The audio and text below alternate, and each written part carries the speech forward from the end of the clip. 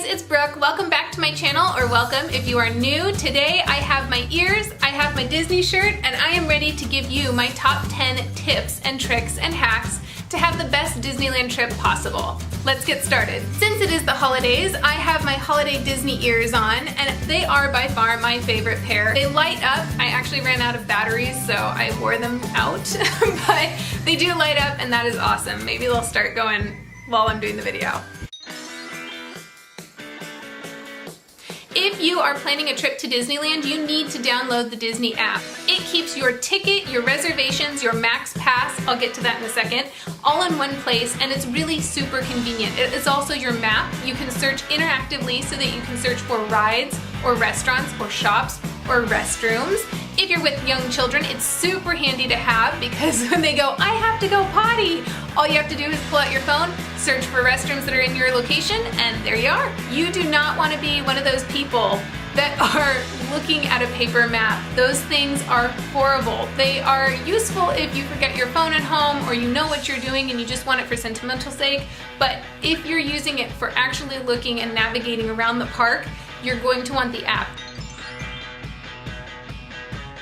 Know the FastPass system. The FastPass system has been around for quite a while. You can go onto any type of Disneyland forum and find that there. The short version of what the FastPass system is a placeholder for you in line. So if you go up to Splash Mountain and it has a 2-hour wait in the summer and you don't feel like waiting 2 hours, all you have to do is go to the FastPass kiosk location, which is right around the entrance, and you put in your park entry ticket and it will spit out a return ticket time that says, hey, you don't have to wait 2 hours, you can come back at this time. It lets you maximize the time in the park so you aren't spending all your time waiting in line. Now you can go shop or dine or do something like that that allows Disney to profit off of you because they're not making money when you're standing in line. Tying into the FastPass tip, this next tip is called the MaxPass.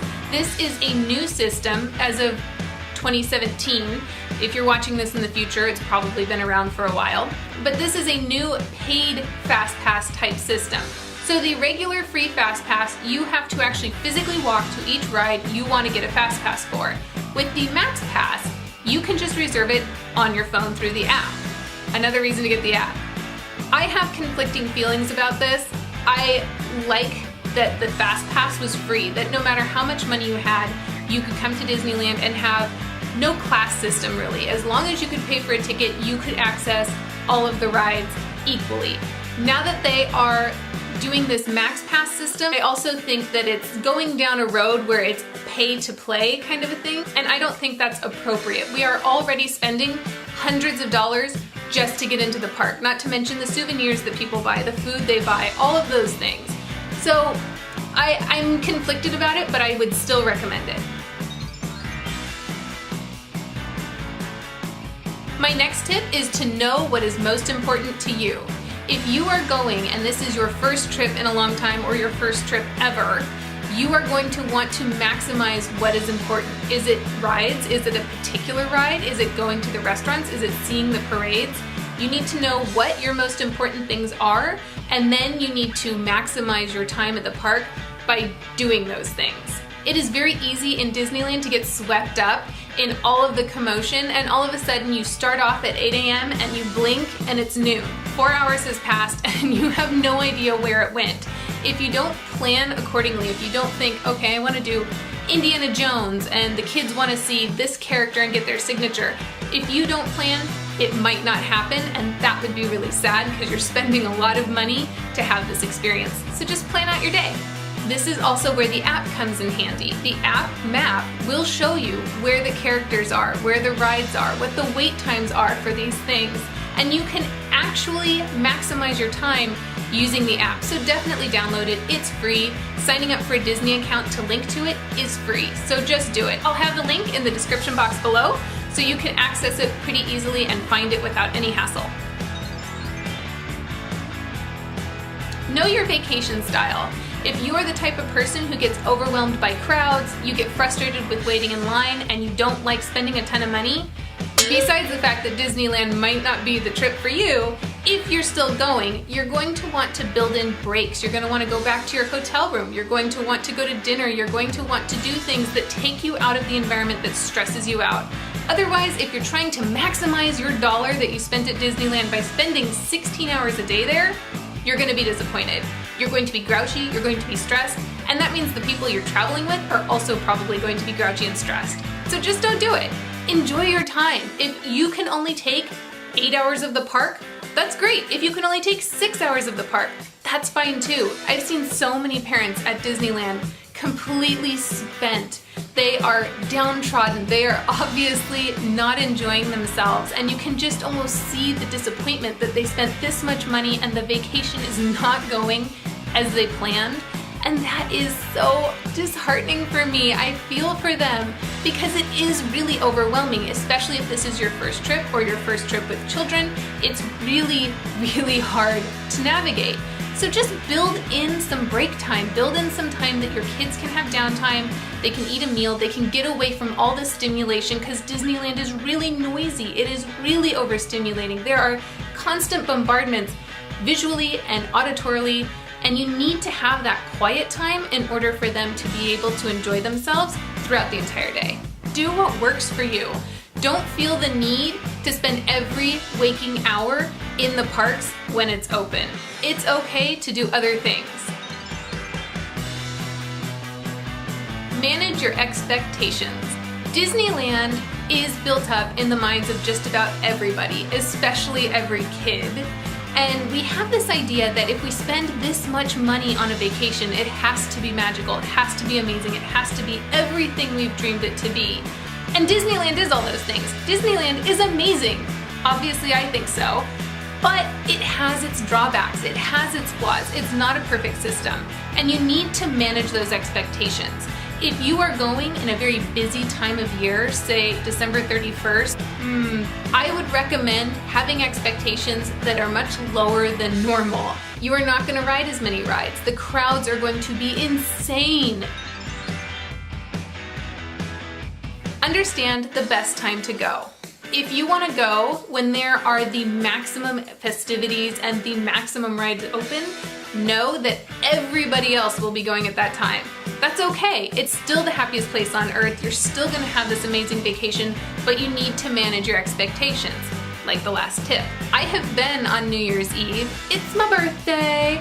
And I will tell you, it's really packed. I will insert a photo here. This photo was taken on my birthday, and it was packed by, I think this was 9 a.m. It was already overflowing. This is the Pirates of the Caribbean area, and it was insanely busy already.